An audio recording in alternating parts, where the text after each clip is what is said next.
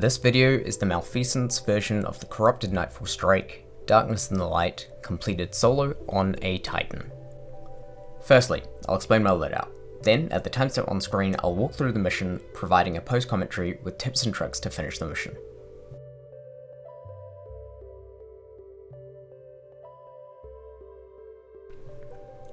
Alright, so, for my subclass, I'm running Top True Void, aka the Bubble Super. This will help me get out of an emergency situation, and also allow me to do some light ad clearing, and clear some mid-level enemies should I choose to.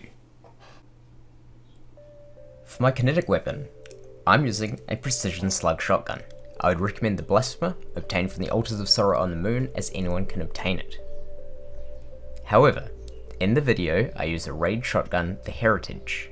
I'm using it with no damage dealing perks to make up for the fact that it's locked behind the Deepstone Crypt raid, and similar if not better roles can be found on the Blasphemer, such as Swashbuckler or Rampage.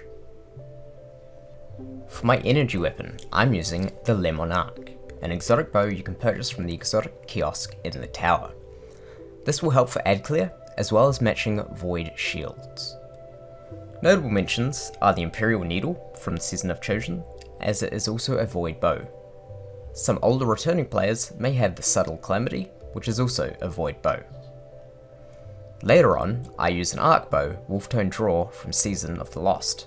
This is helpful to pop arc shields, and this can be substituted with Arsenic Bite, a world drop, or Trinity Ghoul, an exotic world drop. My power weapon is any rocket launcher. Since my last guide on this mission, rockets got a significant damage bump, making them quite viable for burst damage. Later on, I used the Linear Fusion, which also got a damage buff, but this time for precision damage, making them quite useful for the Ogre encounter, as they are ammo efficient dealers of damage from range. For the boss fight, I use a sword for multi-purpose. Purpose 1 is to deal massive damage for the last phase, and purpose 2 is to save myself from being knocked off the platform. I would recommend getting your hands on the Falling Guillotine, as it can be acquired quite often from Banshee. It is also a world drop, and can also be obtained from Umbral Engrams at the helm.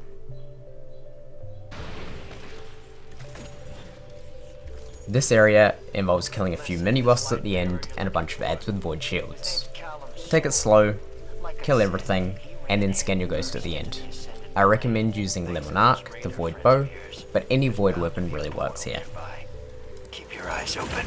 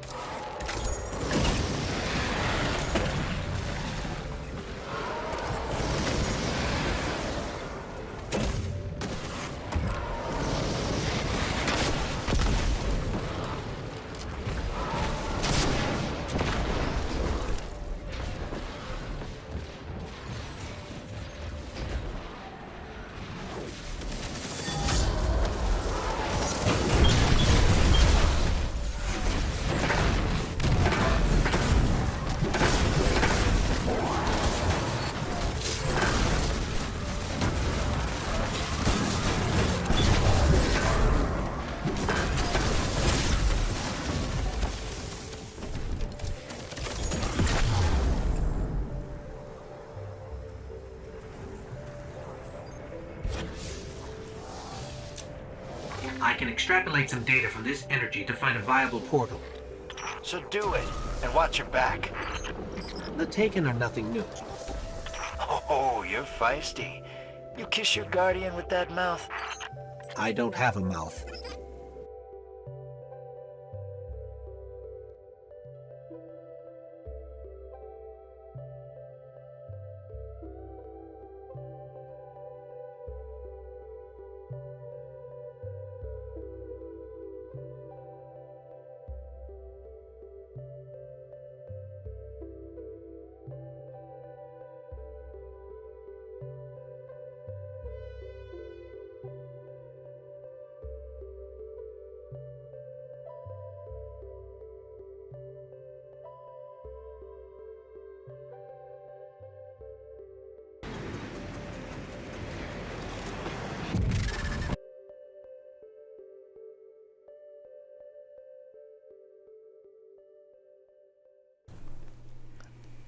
This part of the video covers what to do if the terminal inside the elevator is not interactable. This is a bug and happens when you wipe inside the elevator and try and restart it. Before entering the portal to the elevator, go back up the way you came from and get the Ray Sylvia loading zone from standing next to the door. This will reset the elevator and enable you to scan the terminal properly.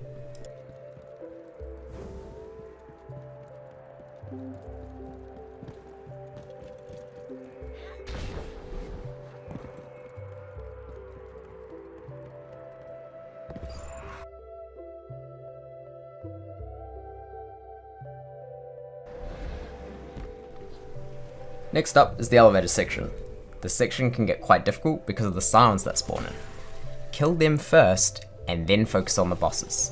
Once you've defeated all the Scions during a phase, no more Scions will spawn in and you're free to take out the bosses.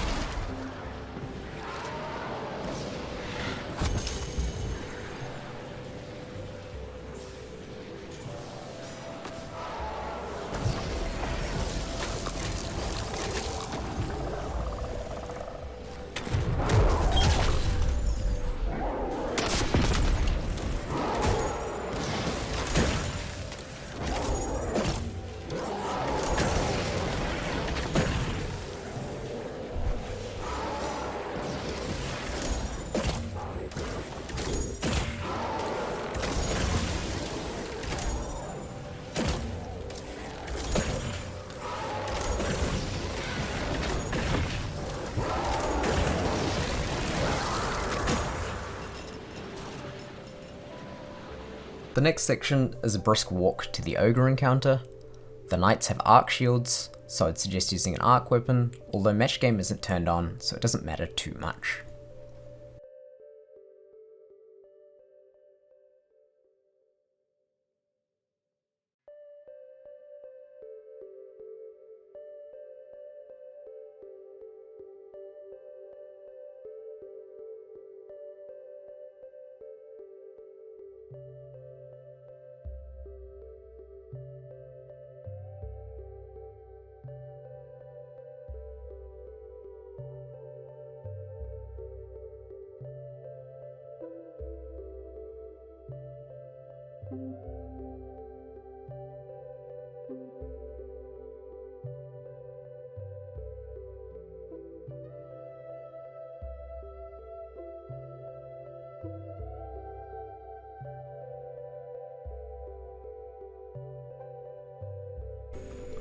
The next section is the Ogre encounter.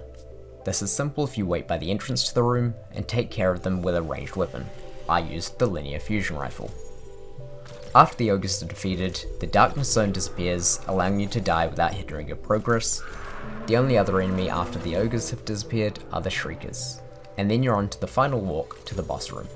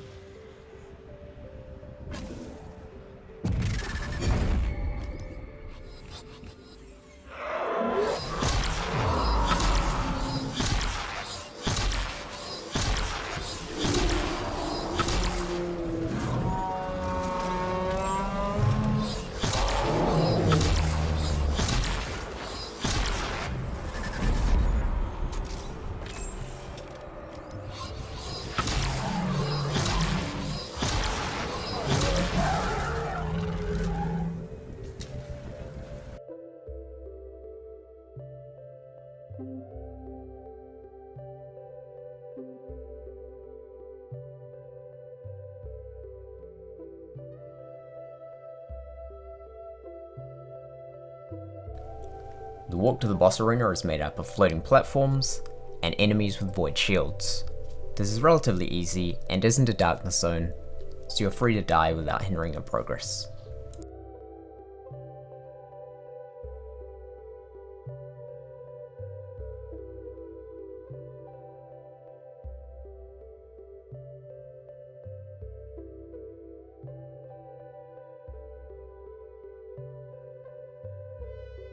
For the boss fight, I equip the sword so that I have something to swing back onto the arena after he pushes me off. His health is divided into 3 sections, but there is no immune shield between those sections, so you can actually damage him all in one go if you so choose to. In the first third of his health, the Eye of Acolytes spawn, and is the only other enemy in the arena. The second third, goblins will spawn that may immune him. Take care of them first, or deal damage as normal. The last third, 2 wizards spawn that have quite a lot of health each. I suggest melting the boss at this stage with the sword, or whatever super you've got.